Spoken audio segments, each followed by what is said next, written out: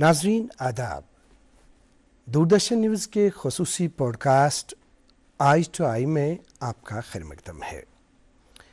नाजरीन, जिस तरह से हम इस प्रोग्राम के ज़रिए से एक शख्सियत की ज़िंदगी और उसकी ज़िंदगी के सफ़र के हवाले से आपको बाखबर करा देते हैं, चूँकि ये एक ऐसा पॉडकास्ट है, दूरदर्शन न्यूज़ का एक ऐसा प्रोग्राम है जिसके ज़रिए से हम बिलमुशाफा रूबरू अपने मेहमान की आँखों में आँखें डालकर सवालात पूछते हैं।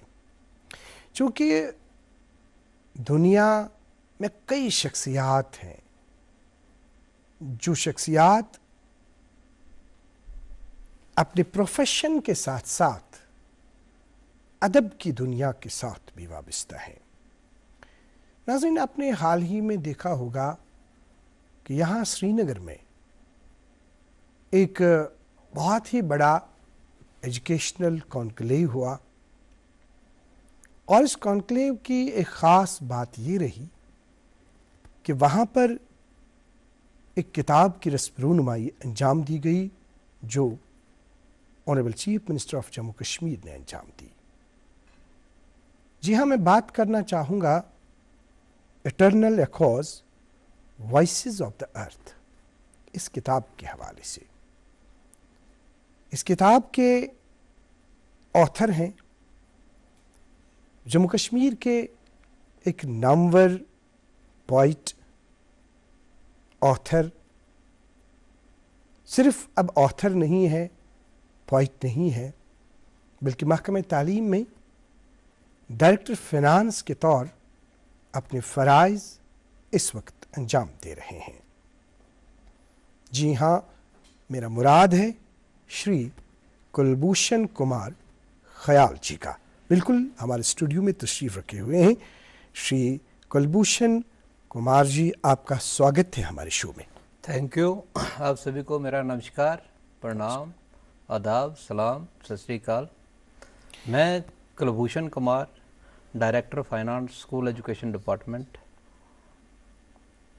और एक जो मान लो कि एक पोइट, एक ऑथर, जो कोशिश कर रहा हूँ कि जो मेरी समझ में दुनिया आई है वो मैं लोगों तक पहुँचा दूँ। उससे पहले मैं अपने बारे में बताऊँगा कि मैं जहाँ का रहने वाला हूँ। मेरा गांव जो है वो रामनगर से, डिस्ट्रिक्ट उधमपुर में, तहसील रामनगर, वहाँ से 10 किलोमीटर दूर बीरनो है। वहाँ शायद अभी कुछ टाइम पहले जो है वो गाड़ियाँ चलना शुरू हो गई हैं। तो हमारे गांव के स्कूल में उस वक्त जो टीचर हमें पढ़ाते थे, जिनका हम सुनते थे, तो हम क्लासेज में नंगे पहुँच जाते थे, जूते बाहर उतार के जाते थे। कब की बात है ये? हम वहाँ पे, मैंने 89 में मैंने मैट्रिक की है। कुलभूषण जी, सबसे पहले हम आपसे जानना चाहेंगे कि आपकी पैदाइश कहाँ पर हुई और उस वक्त तालीम फिर कहाँ से हासिल की। फिर उसके बाद हम आएंगे आपका ये जो अदब की दुनिया में जो आपने अपने चरण रखे। जी सर, ऐसा है कि मेरी पैदाइश जो है वो तहसील रामनगर, डिस्ट्रिक्ट उधमपुर के गांव बीरनो में हो गई। वहीं से मैंने जो है वो मैट्रिक की। तो उस वक्त पढ़ाई का, तालीम का ये स्टैंडर्ड था कि जो हमें टीचर 10th में उर्दू पढ़ाते थे वो खुद हिंदी पढ़े हुए थे। ठीक है, वो हिंदी के मास्टर रहे थे और खाली 2 ग्रेजुएट टीचर हुआ करते थे, एक साइंस के और एक मैथ के। वो भी दोनों न्यू रिक्रूट्स ही थे।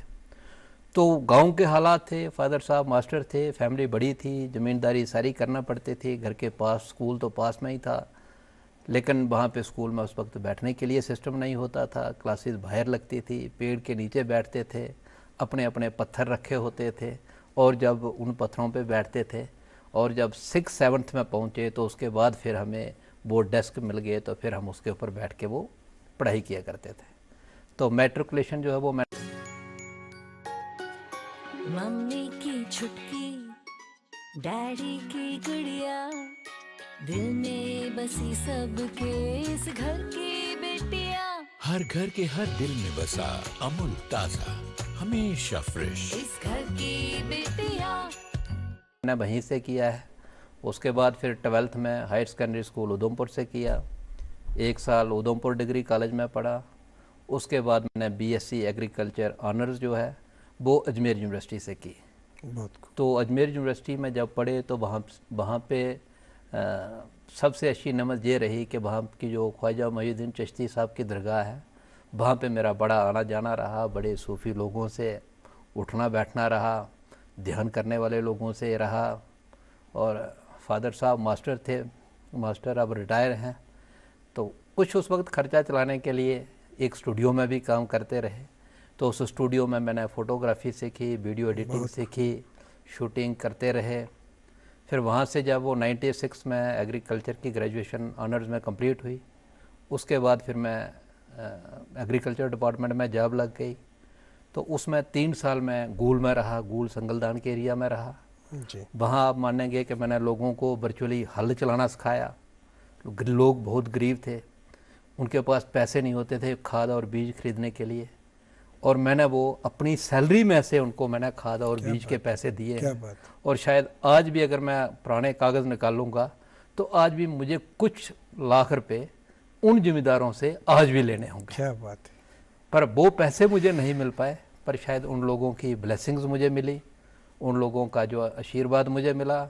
और फिर मेरा उसके बाद ये सिविल सर्विसेज के एग्ज़ाम निकले तो मेरा फर्स्ट अटैम्प्ट में ही मेरा केएस हो गया। और मुझे लगता है कि ये उन लोगों की भी दुआएं उसमें कहीं ना कहीं शामिल थी। कुलभूषण जी, एक और सवाल की ओर हम बढ़ना चाहेंगे। ये जानना चाहेंगे कि जो आपकी फैमिली है, जैसे वालिद साहब का आपने जिक्र किया, पिताजी का आपने जिक्र किया, तो कौन कौन है अभी घर में, उनके हवाले से थोड़ा सा हम जानने की कोशिश करेंगे। मेरी फैमिली जो है वो वहाँ की सबसे लिटरेट फैमिली रही है। उस दौर में तो नहीं थी, लेकिन उसके बाद मेरे फादर साहब जो हैं वो मास्टर रिटायर हुए हैं। मेरे एक अंकल हैं वो चीफ एजुकेशन अफसर रिटायर हुए हैं। एक अंकल मेरे जो है वो प्रिंसिपल गवर्नमेंट डिग्री कॉलेज जंदरा से रिटायर हुए हैं। एक अंकल जो है वो जॉइंट डायरेक्टर वेटनरी से रिटायर हुए हैं। और उनसे छोटे अंकल जो हैं वो अभी टीचर रिटायर हुए हैं। तो हम 2 घर में कौन कौन है अभी आपकी फैमिली, आपके माता पिता आपके साथ? अब हम जॉइंट फैमिली में रहते हैं। हम 2 भाई हैं। वो बड़े ब्रदर जो हैं वो भी सिविल सर्विसेज में ही हैं, जे&के सिविल सर्विसेज, वो भी केएस अफसर हैं और अभी प्रोग्राम अफसर हैं ICDS उधमपुर में ही। तो हम दोनों जॉइंटली रहते हैं। फादर साहब हैं, मदर एक्सपायर हो गए हैं। आपने माँ का जिक्र किया जी। एक सवाल आपसे पूछना चाहूँगा। आपने अभी बता दिया कि बहुत सख्तियाँ देखी हैं जी, हल चलाना सिखाया है आपने जी, कुछ इतने एवेन्यूज़ नहीं थे जी, लेकिन शायद उस वक्त ये ख्वाब भी नहीं था कि मुझे एक दिन डायरेक्टर फाइनेंस के तौर गवर्नमेंट ऑफ जम्मू कश्मीर में अपने फ़राइज़ अंजाम देते हैं। कि माँ को कब याद करते हैं और उसकी किस तरह की, आपने किस तरह की प्रार्थना उन्होंने की है, कब कब उनकी याद आती है? शायद कोई ही पल ऐसा होगा जिस पल माँ याद नहीं रहती होगी। और शायद माँ से बड़ा दुनिया में कोई रिश्ता नहीं है। पर यह हमें समझ तब आता है कि जब माँ नहीं रहती। पर हम शायद उस किस्मत में, उस चक्कर में हम भाग्यशाली थे कि हमें माँ से बहुत प्यार था। हमारी माँ हमारा बहुत ख्याल रखती थी। जब जहाँ श्रीनगर से भी कभी जाते थे ड्यूटी करके, मान लो जब छुट्टी हो गई फ्राइडे को, तो जहाँ से 6 बजे भी निकलते थे तो रास्ते में जाम लग जाता था। तो मान लो कभी 3 बजे पहुँचे घर, कभी 4 बजे पहुँचे घर, और कोई जागा होता था या नहीं जागा होता था, माँ बेचारी वो बरांडे में बैठ के वो वेट करती थी, वो इंतज़ार करती थी। आपने, नाम आपका श्री कुलभूषण कुमार है जी, लेकिन ख्याल रखा है साथ। ये माँ की ख्यालों में आपने अभी आंसू भी दे दिए। दूरदर्शन न्यूज़ के इस खुसूसी पॉडकास्ट आई टू आई में ये समझ लीजिए कि ये अपनी माताश्री के तई आपका एक खराज अकीदत ही है, उनको याद करना। लेकिन उनकी दुआएं इसमें हैं कि जहाँ पर आप इस वक्त हैं, लेकिन अब साथ साथ आप शायरी के साथ वाबस्ता हैं। आपकी कई तसानीफ़ हैं, कुछ किताबें आपने लिखी हैं। हार्ट से। मम्मी की छुटकी, डैडी की गुड़िया, दिल में बसी सबके इस घर की बेटिया, हर घर के हर दिल में बसा अमूल ताजा, हमेशा फ्रेश। इस घर की बेटिया।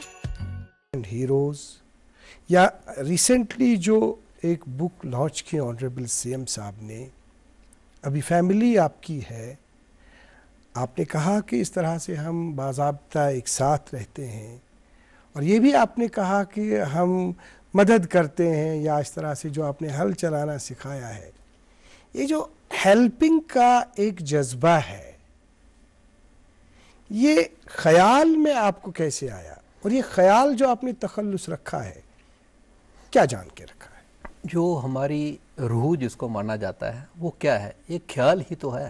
ख्याल। आप क्या है? आप भी एक ख्याल ही तो है जो इस बॉडी में बैठ के जितनी भी काम करता है, जितनी भी बॉडी से हम यूज़ करते हैं बॉडी का, तो हमें कोई तो कोई चीज़ लेके ही चलती है, उसका नाम मैंने ख्याल जो है वो ख्याल रखा है। और जो माँ की जब आप बात करते हैं तो शायद माँ से बड़ा दुनिया में कोई ऐसा रिश्ता नहीं हो सकता। नहीं हो सकता। आपके लिए जितनी तकलीफ़ें जब से बच्चा पैदा होना शुरू हो जाता है, जब उसकी पहले से जब कार्रवाई शुरू होती है, तो सबसे ज़्यादा तकलीफ़ जो है वो माँ को ही होती है। और अगर आप आज की घर की लाइफ में देखें तो शायद आपके घर में भी सुबह सबसे पहले जागने वाली माँ होगी, बिल्कुल सही। और सबसे आखिर में सोने वाली माँ होगी। बिल्कुल। आपको पेट दर्द होगी, सर दर्द होगी, तो माँ ही आकर आपका सर दबाएगी, वही आपको पूछेगी, और शायद उतनी दर्द वो किसी दूसरे में नहीं हो सकती। बिल्कुल सही है। तो Shri Kulbhushan ji, what inspired you to write? किसने आपको इंस्पायर किया कि अब आप लिखने के मैदान में आ गए? जी सर, इसमें ऐसे है कि जब हम फोर्थ में पढ़ते थे तो आपको भी शायद याद होगा, हमारे टाइम में एक दो उर्दू की कविताएं होती थी। एक होती थी जागो सोने वाले जागो, वक्त को खोने वाले जागो, ठीक है। और एक ही साथ में उसी किताब में एक जोश मलियावादी का वो एक शेर था, क्या वो मुझे शायद याद नहीं वक्त रहा से है। पहले कुछ ऐसा भी है कि इसकी दूसरी एक लाइन ऐसा भी है, जागो सोने वालों जागो। हाँ, वक्त को खोने वाले जागो। क्या बात है। हाँ, तो उसके साथ एक जोश मलियावादी का था कि अगर गिरता रहे पानी मुसलसिल तो घिस जाती है एक दिन पत्थर की सिल भी। क्या बात है। तो जब हम सोचते थे कि जो जिन्होंने जो लिखा है वो कितनी सच्चाई से लिखा है, और उस वक्त हमारे एक हमें मकबूल करके एक मास्टर हुआ करते थे, मोहम्मद मकबूल जी, वो फोर्थ में हमें उर्दू पढ़ाया करते थे। और अपने स्कूल को बनाने के लिए उस वक्त क्या होता था कि हमें नालों पे जाना पड़ता था और नालों से पत्थर उठा के लाते थे, जिससे स्कूल के जो उसकी जो बाल देनी है वो दी जाए, और साथ में पास वाले जंगल से झाड़ियाँ काट के लाते थे जिससे हम उसकी बाढ़ करते थे। तो एक बार रास्ते में एक बोली आ गई, वो स्कूल के पास बोली थी, तो उसमें वो नल सा एक वो बना हुआ लगा हुआ था, वो उसका ही पत्थर का ही। तो वहाँ पे सर ने वो बैठ के हमें समझाया कि भाई ये जोश मलियावादी ने जो लिखा है, तो ऐसे पानी में तो कोई दम नहीं है, लेकिन ये देखो इस पत्थर के ऊपर ये लगातार गिर रहा है और ये पत्थर उससे घिस गया है। अच्छा। तो उसने ये इंस्पायर किया कि हम कैसे सच को, जो नॉलेज जो है ये हर किसी को दिखता है लेकिन इंटरप्रेट हर कोई नहीं कर पाता। सही बात है। तो तभी से ये सोच बन गई कि जो हम देखेंगे हम वो आने वाली जनरेशन तक किस तरीके से पहुंचाएंगे। अब जो बात आ गई कि इसी इटर्नल इकोज की, अगर हम इसी के ऊपर बात करें, या इससे पहले जो मैंने लिखी फर्स्ट बुक जो थी, अभी इसकी ही बात करते हैं कि जो रिसेंटली जो बुक है, जो ऑनरेबल सीएम ने जिस तरह इस किताब का जो इजरा किया गया, तो इसी बुक के हवाले से आप आगाज़ कीजिए। थोड़ा सा हम चाहेंगे कि आप अपनी इन तसानीफ़ के हवाले से थोड़ा सा बोलेंगे कि क्या है इन किताबों में, और इससे आप किस तरह का मैसेज संदेश देना चाहेंगे। जी जी सर, इसमें ऐसे है कि ये सारी किताबें आपस में कनेक्टेड हैं। जो फर्स्ट बुक थी जो थी heroes and hearts lives that shaped us, जी, उसमें उन सभी हस्तियों का जिक्र है जो आप आर्यभट्टा से लेके आप साइंस में चले जाओगे एपीजे कलाम तक, आप रिलीजियस में चले जाओगे, कृष्णा से लेके और जो रिसेंटली हो गए ओशो रजनीश तक, जिसमें मोहम्मद जी का जिक्र आएगा, जो आपके संतों की बात करोगे तो संतों का जिक्र आएगा। क्या बात, ठीक है। उन सभी ने जो हमारी लाइफ के ऊपर इन्फ्लुएंस किया है। आज मैं बैठा हूँ, मेरा एक अलग रिलीजन है, बिल्कुल आप बैठे हैं, आपका एक अलग रिलीजन है। बिल्कुल सही। पर जो आप मेरे साथ बिहेव करेंगे या जो आप मेरे साथ बिहेव कर रहे हैं, ये बिहेव आपका किसी न किसी ने तो ड्राइव किया है। बिल्कुल सही है। इफ यू फॉलो इस्लाम, तो इसका मतलब है कि मोहम्मद की टीचिंग आपके ऊपर है, आपकी लाइफ को शेप किया है। और मैं जो आपके साथ कम्युनिकेट करूंगा, मेरा आपके साथ संबंध होगा, तो जो आपका इन्फ्लुएंस है वो मेरे ऊपर होगा ना। एब्सोल्युटली। इसका मतलब है कि मोहम्मद साहब ने भी हमारी लाइफ को वो किया। अगर मेरा दोस्त कोई दूसरा सिख है तो उसने भी वैसे ही किया, कोई बुद्धिस्ट है उसने भी ऐसे ही किया। क्या बात है। अब हम ये मान लो कि ये इस पॉडकास्ट में ये टेक्नोलॉजी यूज कर रहे हैं, जो साइंस के लोग आके जिन लोगों ने मेहनत की, उन लोगों को कौन याद करेगा। तो उसमें मैंने उन लोगों की जो है, जो उन्होंने किया है, जो उनकी बायोग्राफी है, उसको उसमें मैंने पोइट्री फॉर्म में किया है। जैसे उसमें एक न्यूटन का है, मैं न्यूटन के बारे में थोड़ा सा बताना चाहूँगा। अगर आप न्यूटन की लाइफ को देखेंगे, न्यूटन के लॉज तो आपने सभी ने पढ़े होंगे, first second third law of Newton. बिल्कुल। लेकिन जब आप न्यूटन की लाइफ को देखेंगे, वो लाइफ में बहुत गरीब थे, उनकी फैमिली ट्रेजेडीज थी, उनके पास फाइनेंशियल के रिसोर्सेज नहीं थे। तो उन्होंने क्या किया कि वो अपने साथ वाले जो कलीग हुआ करते थे, उनके जूते साफ करते थे, उनके कपड़े धोते थे, उनसे उनको पैसे मिलते थे, उससे वो अपनी पढ़ाई करते थे। तो बाद में वो फिजिक्स के बहुत बड़े साइंटिस्ट हो गए, फिजिक्स पढ़ा उन्होंने। लेकिन उन्होंने जो लॉज दिए, वो लॉज अपनी लाइफ को देख के दिए, हमने उसको इंटरप्रेट फिजिक्स में कर दिया। जैसे उन्होंने, उनका फर्स्ट लॉ जो है, आप अगर आपको याद होगा कि जिसको हम मोमेंट ऑफ इनर्शिया कहते हैं, कि हम जैसे हैं वैसे ही रहेंगे, हम में तो कोई चेंज नहीं आएगी। चेंज कहता है, फिर कहता है कि चेंज आएगी या तो हमें कोई बंदा बाहर से समझाएगा या कोई ताकत अंदर से। बिल्कुल सही। ठीक है। लेकिन फिजिक्स में ये अंदर वाली ताकत का नहीं पढ़ाया जा सकता। तो उसके लिए क्या है कि जब हम उसकी लाइफ को देखते हैं तो बनता है कि हम कुछ करें। और आज की डेट में दुनिया को जरूरत है, हमारे बच्चों को जरूरत है वही कुछ करने की, कि वो उसकी जो फर्स्ट लॉ जो है वो अंदर से अपने अंदर वो जुनून पैदा करें। और जितना जुनून वो पैदा करेंगे उतना देश के लिए काम करेंगे। बिल्कुल सही बात है। उतना अपने समाज के लिए काम करेंगे। अगर वो समाज आगे होगा, देश आगे होगा, तो दुनिया में हम सबसे आगे होंगे। क्योंकि सेकंड लॉ यही कहता है कि जितना आप उसके लिए जुनून से करेंगे, जितनी फोर्स आप लगाएंगे, वो डायरेक्टली प्रोपोर्शनल होगी मास इनटू एक्सेलरेशन। और फिर तीसरा कहता है कि जितनी आपने लगा दी उतना ही आपको वो उसका वापस आएगा। क्या बात है जी। कुलभूषण जी, जिस तरह से आपने मतलब जो कभी हम ग्लोबल हीरोज़ की हम बात करेंगे, उनको आपने मतलब उनकी स्टोरीज़ को आपने पोइट्री की शक्ल दी है, आपने उनको इस तरह से। तो लेकिन आपको किस चीज़ ने इंस्पायर किया है कि जो उनकी हिस्ट्री है, ग्लोबल हीरोज़ के हवाले से उनकी स्टोरीज़ है या उनकी लाइफ है, उनको पोइट्री की शक्ल देना, तो ये किस चीज़ ने आपको इंस्पायर किया? मैं साहिब बंदगी एक सेक्ट है, मैं उसको फॉलो करता हूँ। उसमें हमारे गुरुजी हैं मधु श्री परमहंस जी, उनका बहुत बड़ा आश्रम है राजड़ी में, साहिब बंदगी। तो जब उनके साथ रूहानी तरीके से टच हो गए और अपने आप को पहचानना शुरू किया, तो अपने आप में पहचान आ गई कि मैं क्या हूँ। एक तो मैं हूँ अंदर से जो हूँ, पर बाहर से मैं क्या हूँ, मुझे किसने ऐसा बनाया है। अगर मैं आपको नमस्ते करूँगा या सलाम करूँगा, मुझे किसने सिखाया। मैं वो भाषा बोलूँगा कि जिससे आपको इज्जत मिले और मुझे सुकून मिले, वो मुझे किसने सिखाई। आज की डेट में अगर मैं ड्रेस पहन रहा हूँ, जेब में मोबाइल यूज कर रहा हूँ, तो ये सारी चीजें ऐसे नहीं आ गई ना।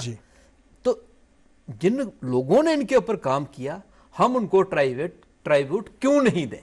बिल्कुल सही। तो उसके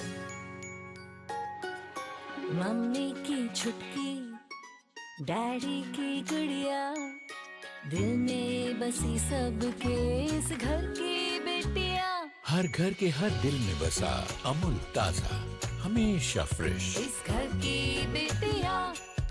के लिए मैंने एक ये यूनिक ये सोचा कि मैं उनको पोइट्री की शेप में आने वाले बच्चों तक, समाज तक, एक तो उनकी करनी जो है वो लोगों को याद कराऊं। ऐसे कोई आदमी 50 बंदों की बायोग्राफी नहीं पढ़ पाएगा, ठीक है। लेकिन वो पोइम्स की शेप में अगर वो एक किताब पढ़ेगा, अगर एक किताब एक जो है पेरेंट अगर अपने बच्चों को पढ़ाएंगे तो उसको उनको 50 के बारे में ही पता चल जाएगा कि इनकी क्या कंट्रीब्यूशन है। सही बात है। और हमें जो भी हम करते हैं हम बुजुर्गों की कंट्रीब्यूशन को नहीं भूल सकते। बिला शक वो गरीब थे, उनके पास कुछ नहीं था, लेकिन उनकी बदौलत ही आप हैं। अगर वो नहीं होते तो आप नहीं होते। जी, वक्त हमारे पास कम है, 2-4 मिनट का वक्त है, लेकिन उसमें अब कुछ सवालात आपके हवाले से जानना चाहेंगे कि जो किताबें हैं जो आपने लिखी है, इसमें इसको आपको कितना टाइम लगा मतलब कंप्लीट करने में, या इसमें कोई चैलेंज तो नहीं आया? तो फिर उसके बाद हम आखिरी मैसेज पे चलेंगे। सर इसमें ऐसे है कि मैं जो लिखता रहा तो, लेकिन मुझे अपनी राइटिंग के ऊपर भरोसा नहीं था। जी तो मेरे एक प्रोफेसर फ्रेंड ने मुझे, जहाँ अजूरदा हमारे जहाँ पे हैं वो साहित्य अकेडमी के अवार्डी हैं, उनके पास उन्होंने मुझे भेजा कि आप उनको दिखाओ कि इसमें लिखने लायक कुछ है कि नहीं है।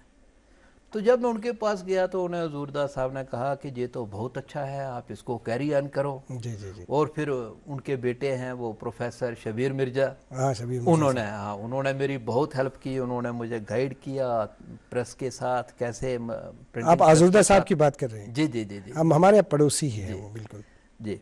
तो फिर उनके बेटे जो हैं उन्होंने भी मुझे इसमें बहुत हेल्प की कि प्रिंटिंग कैसे करवाई जाए, कहाँ तक पहुँचा जाए, पब्लिशर कैसे ढूंढा जाए। तो ये चीज़ें जो है वो मैं कॉलेज टाइम से लिखता हुआ आ रहा था। तो अब कुछ अभी भी मेरे पास कुछ और है।